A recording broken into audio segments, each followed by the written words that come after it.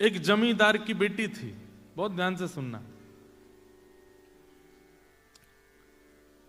और उसकी बेटी एक राजा की बेटी, दोनों आपस में मित्र थी। एक सामान्य व्यक्ति की बेटी और एक राजा की पुत्री, ये दोनों आपस में सखी थी एक दूसरे की। सब लोग इधर देखो, कथा सुनो बहुत ध्यान से। तो एक बार एक संत चातुर्मास करने के लिए गांव में आए। तो राजा की बेटी रोज अपने भवन से निकल के आती, जमींदार की बेटी के साथ खेलती थी। तो वो संत आकर के उस जमींदार के घर पर ही 4 महीने के लिए रुके। अब संत ने आकर के अपना पूरा, अब जैसे ऐसा होता है कि घर में जब कोई रसिक आते हैं, कोई कथा वक्ता आते हैं, कोई महापुरुष आते हैं, तो 15-16 साल के बच्चे तो कमरे से नहीं निकल के आते अपने। छोटे छोटे बच्चे होते हैं ना, वो देखेंगे अब ये क्या कर रहे हैं, अब इनके ठाकुर जी को कैसे बैठा रहे हैं। कई घरों में हम जाते हैं, हमारे लाल जी संग जाते हैं, छोटे छोटे बच्चे आके हम बैठ जाएं, हम देखें आप कैसे श्रृंगार करोगे। तो फिर श्रृंगार देख, उनकी इतनी रुचि होती है ठाकुर जी की सेवा में, उनको लगता है ये खेल सबसे अच्छा है। वो बारबी वगैरह को, डॉल को तैयार करती है ना, तो उनकी रुचि बन जाती है कि इनको हम तैयार किया करें। वो दोनों बालिका, एक जमींदार की बेटी और एक राजा की कन्या, खेल रहे थे। उसी समय जमींदार के घर एक महापुरुष आए चातुर्मास के लिए। तो संत अपनी बढ़िया ठाकुर जी निकाले, पूरी पिछवाई लगाई, उनका सिंहासन रखें, उस पर इत्र लगावें, अपने शालिग्राम भगवान को विराजमान करें, पंचामृत अभिषेक करें। अब ये दोनों कन्या द्वार पर खड़ी खड़ी देख रही थी। और फिर इन दोनों ने एक दूसरे को देख के बोला, ये वाला खेल हम भी खेलेंगे, ये खेल बहुत अच्छा है। तुलसी तोड़ के लाओ चढ़ा दो, पुष्प तोड़ के लाओ चढ़ा दो, इत्र से भगवान को बिल्कुल शाइन चिकने कर दो, और उनके 2 तिलक ऐसे लगा दो, माला पहना दो, आरती कर दो, फिर भोग लगाओ, जैसे हम खाते हैं वैसे इनको खिलाओ। ये खेल बहुत अच्छा, हमको भी खेलना है। अब वो दोनों बोली कि पहले सीख तो लें। तो रोज जाकर के बैठ जाती उन महापुरुष के पास और पूरी सेवा देखती कैसे करते हैं ये, और एक दूसरे से फिर बात करती, ऐसे करना है, फिर ऐसे करना है। वो बोलती ऐसे नहीं, बीच में ये भी तो करना है। बोले हाँ हाँ ये भी करना है। 4 महीने उनके देखने में ही निकल गए। अब 4 महीने बाद महापुरुष का जाने का समय आया। जैसे ही जाने को तैयार हुए तो अपने ठाकुर जी समेटने लगे। सवेरे सवेरे दोनों लाली आई, आकर के जैसे देखा तो पिछवाई उतारी जा रही है, सिंहासन बंद किया जा रहा है, ठाकुर जी उठा के बक्सा में धरे जा रहे हैं। दोनों रोने लगी। बोले ये क्या हो रहा है? बोले अब ये महाराज जी जा रहे हैं। इतना रोई, फूट फूट करके उन महाराज जी के चरणों में छोटी छोटी लाली गिर गई।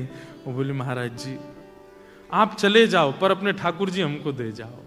हमने पूरी सेवा सीख ली इनकी, हम पूरे 4 महीने हम यही तो करती थी कि आप कैसे करते हो। तो महाराज जी छोटी सी लाली है, 4-5 साल की दोनों की आयु, कैसे करेंगी सेवा? आप हमसे पूछ लो, एक एक बात हमको पता है। सुबह इतने बजे उठाना है, फिर उसके बाद ठाकुर जी को दूध का भोग लगाना है, दूध के भोग के बाद फिर उनको गर्म जल से स्नान कराना है, फिर पंचामृत से स्नान कराना है, फिर शुद्ध वस्त्र से पहुंच करके इत्र लगाना है, फिर तिलक लगाना है, फिर उसके बाद ठाकुर जी को तुलसी अर्पित करनी है, फिर पुष्प चढ़ाना है, फिर भोग बना करके पधराना है।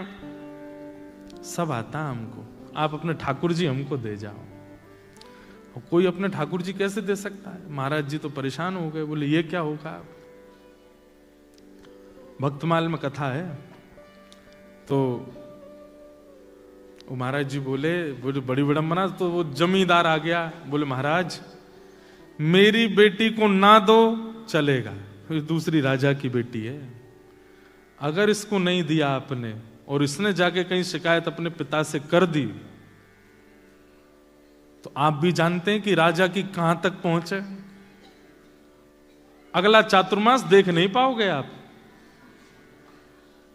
तो बोले हम तो गलत फंस गए। और बोली सुनिए, अगर आपने राजा की कन्या को दे दिया और मेरी कन्या को नहीं मिले तो फिर इन दोनों में वैसे कलेश चलेगा, तो राजा मेरी पुत्री और मुझको नगर से बाहर कर देंगे। बोले तुम जब तक यहां रहोगे कलेश करेगी तुम्हारी बेटी की, मुझे दो तो तुम भी बाहर जाओ और हम महाराज सब बिगड़ जाएगा। ठाकुर जी तो फिर आ जाएंगे जीवन में, इनको दे जाओ हमारी बेटियों को। संत बोले ये कोई ऐसे खिलौना है, ये दे जाओ, मैं कैसे 50 साल से सेवा कर रहा हूं मैं इनकी, ऐसे कैसे दे जाऊंगा? तो बोले आप ही सोच लो फिर क्या करना है। तो संत ने एक बहुत अच्छी युक्ति सोची। एक बाहर से शालिग्राम जी जैसे दिखने वाले 2 पत्थर ले आए और पत्थर ला करके वो पत्थर रख दिए सिंहासन पर और अपने ठाकुर जी उठा के धर दिए नीचे सामान्य सी चौकी पर। दोनों कन्याओं को बुलाया, बोले इधर आओ।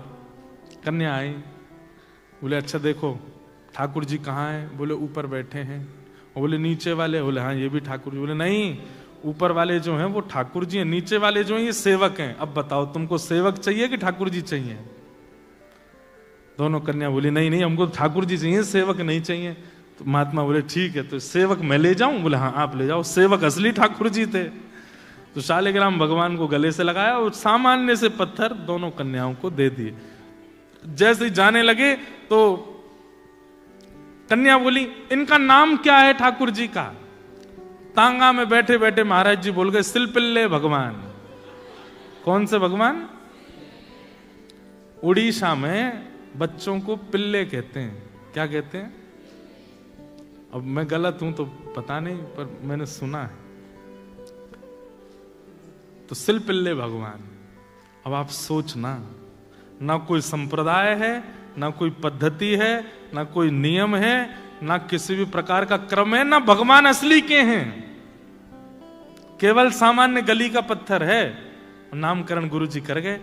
अब वो सूबेदार की जो बेटी थी जमींदार की, वो अपने घर में सेवा करती और जो राजा कन्या थी वो अपने राजभवन में सेवा करती। और दोनों जब मिलते तो अपने अपने सिलपिल्ले भगवान की बात करते। आज तेने क्या किया?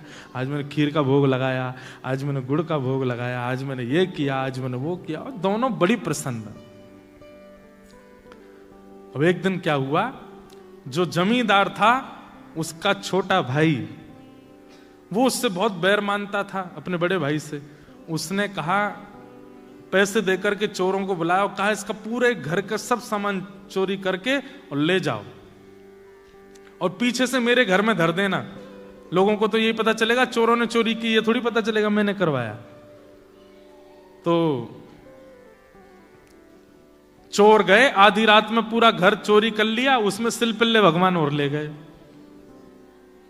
जमींदार की बेटी के। अब सुबह उठते ही पूरा घर तो रोवे कि हमारे चांदी के बर्तन चले गए, हमारे सोने चले गए, हमारे आभूषण चले गए, हमारे तखत चले गए, हमारे बिस्तर चले गए, ये चले गए। और वो कन्या रो मेरे भगवान सिलपिल्ले चले गए। मेरे सिलपिल्ले कहाँ चले गए? उन्होंने कुछ खाया नहीं होगा, सुबह से भूखे बैठे होंगे बेचारे। सुबह उठते ही दूध पीते हैं, नहीं पिलाऊं तो रोते हैं, कहाँ चले गए होंगे? पिताजी मेरे सिलपिल्ले भगवान लाओ, मेरे सिलपिल्ले भगवान लाओ। पिताजी बोले यहां पूरा घर लुट गया, तेरे को वो पत्थर की पड़ी है? बोले पिताजी पत्थर नहीं है मेरे भगवान, मेरे भगवान सिलपिल्ले हैं। वो खाते हैं, मैं खिलाती हूं उनको, उन मेरे साथ बैठते हैं, बात करते हैं मेरे से। बंधुओं, परिवार का जो विरह था वो तो 2-3 दिन में कम सा हो गया, लेकिन उस कन्या का नहीं हुआ। वो तो रो रो करके बेहाल, भोजन पानी छोड़ दिया, रोने लगी। बोले मैं प्राण त्याग दूंगी मेरे अगर परमात्मा नहीं आए तो पिता ने कहा देख ये सब किया धरा तेरे चाचा का है और हम सब जानते हैं कि सारा धन उसने अपने घर में धर रखा है, लेकिन क्या बताएं समाज में उसकी छवि बढ़िया है इसलिए कोई मानेगा नहीं। चोरों का इल्जाम लगा रहे हैं, चोर ले गए, लेकिन तू तो उसकी भतीजी है, तुझ पे तो थोड़ी दया आएगी उसको। तू चली जा, उसके घर जाके कहते चाचा जी कुछ 2 चाय मत दो, मेरे भगवान दे दो।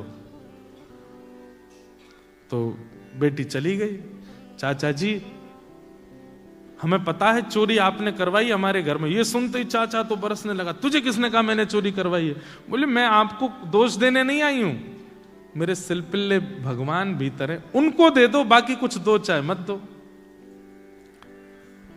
तो चाचा ने सोचा अगर मैंने सिलपिल्ले दे दिए तो प्रमाणित हो जाएगा ना कि चोरी मैंने ही करवाई है, ऐसे कैसे दे दूं? तो व्यंग में चाचा बोले तेरी भक्ति बहुत है, तू अपने घर से चल के यहां तक आई है तो चल अपने सिलपिल्ले भगवान को बुला दे, अगर वो घर में हो तो खुद निकल के आ जाएंगे बाहर, इतना तो कर ही सकते हैं। और कहते हैं श्री नाभा गोस्वामी जी, उस कन्या ने आर्त भाव से नेत्रों में अश्रु भराए और दोनों भुजा खड़े करके हाथ कांप रहे हैं, पैर कांप रहे हैं, होठ फड़फड़ा रहे हैं। हे मेरे सिलपिल्ले नाथ, यदि मैंने भाव से आपकी सेवा की हो, यदि मैंने आपसे बहुत प्रेम किया हो, यदि आपकी सेवा में कोई चूक ना की हो, तो आप चल करके बाहर आ जाओ। इतना कहते ही वो सामान्य सा पत्थर हवा में तैरता हुआ आया और आकर के उस कन्या के हृदय से आकर के लग गया। सब देखते रह गए और सिलपिल्ले भगवान आकर के उस कन्या के हृदय से चिपक गए। बंधुओं, वो चाचा ने जब देखे कि अपने आप भीतर से पत्थर उड़ करके आया और आके हृदय से लग गया, वो तो तुरंत नतमस्तक हो गया। बोले कि जिस घर में ऐसी भक्त कन्या है उस घर से मैं विद्रोह मानूं। सारा धन लेकर के गए, अपने भैया को अर्पित कर दिया और भैया को जाके बताई बात। तब परिवार के घर के लोगों ने ये माना, वो अब तक तो यही मानते थे कि पत्थर से खेलती है, तब उनको विश्वास हुआ कि नहीं, ये तो साक्षात परमात्मा है। सिलपिल्ले। अब राजकन्या, उस राजकन्या का विवाह हो गया। विवाह में उसने एक ही शर्त रखी कि मैं अपने सिलपिल्ले भगवान को लेके जाऊंगी। सिलपिल्ले नाम सुनते ही जिससे ब्याह हो रहा था राजकुमार, वो बहुत जोर से हंसा। तो उसी समय राजकन्या को खटक गया। वो बोले कि ब्याह तो करूंगी लेकिन इसके संग रहूंगी नहीं मैं, मेरे ठाकुर जी की हंसी उड़ा रहा है। ब्याह हो गया, पालकी में बैठ करके जा रही थी अपने ससुराल। तो बीच रास्ते में कहीं रुके सब लोग प्रसाद पाने के लिए, और कन्या अपनी पालकी में बैठी सिलपिल्ले भगवान से बात कर रही थी। भूख लगी है, कुछ खाओगे? अरे आज तो बहुत थक गए होंगे आप, अब मैं अभी पहुंच जाएंगे, फिर वहां बना करके खिलाऊंगी, रास्ते में नहीं खाते, झूठा कूटा हो गया होगा। ऐसे ऐसे बात कर रही थी। तो राजकुमार, उसने सोचा सब लोग व्यस्त हैं, मैं जाके पालकी में बैठूं, थोड़ी देर बात तो करूं इससे, अभी तक मुझसे बात नहीं करी इसने। तो राजकुमार आया, आकर के पालकी में बैठा। बोले क्या बड़बड़ा रही थी तुम, किससे बात कर रही थी? तो अपने ठाकुर जी को ऐसे डलिया में, सुंदर पात्र में ठाकुर जी थे हृदय से, मेरे प्राणनाथ, मेरे जीवननाथ, मेरे सर्वस्व, मेरे प्राणाधार, मेरे जीवनधार सिलपिल्ले। बोले सुन, तू कुछ भी बोला कर, ये प्राणनाथ मत बोला कर, तेरा प्राणनाथ मैं हूं। 7 फेरे होने के बाद जीवन भर तेरा प्राणनाथ मैं रहूंगा, ये पत्थर को प्राणनाथ मत बोला कर। ये सुनते ही राजकन्या तो पहले ही चिड़ी बैठी थी उससे। बोले तुम प्राणनाथ कैसे हो सकते हो? तुमको अपने प्राणों की पता है?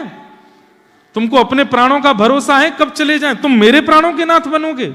अरे ये तो संसार समाज है, यहां विवाह करना पड़ता है कन्या को, तुमसे ब्याह कर लिया है मैंने, वास्तव में तो मेरे सिलपिल्ले भगवान तुम पर कृपा करने के लिए जा रहे हैं, तुम मेरे प्राणनाथ नहीं हो सकते। संसार के लिए पति बन गए हो, पर मेरे पति, जगत पति तो मेरे सिलपिल्ले भगवान है। ये सुनकर के राजकुमार को क्रोध आया। तुरंत सिलपिल्ले भगवान जो उसके थे पत्थर उठा करके उस सरोवर में फेंक दिया। बोले ले, तेरे प्राणनाथ डूब गए नदी में, बुला ले अब ये सुनकर के तो वो राजकन्या रोने लगी।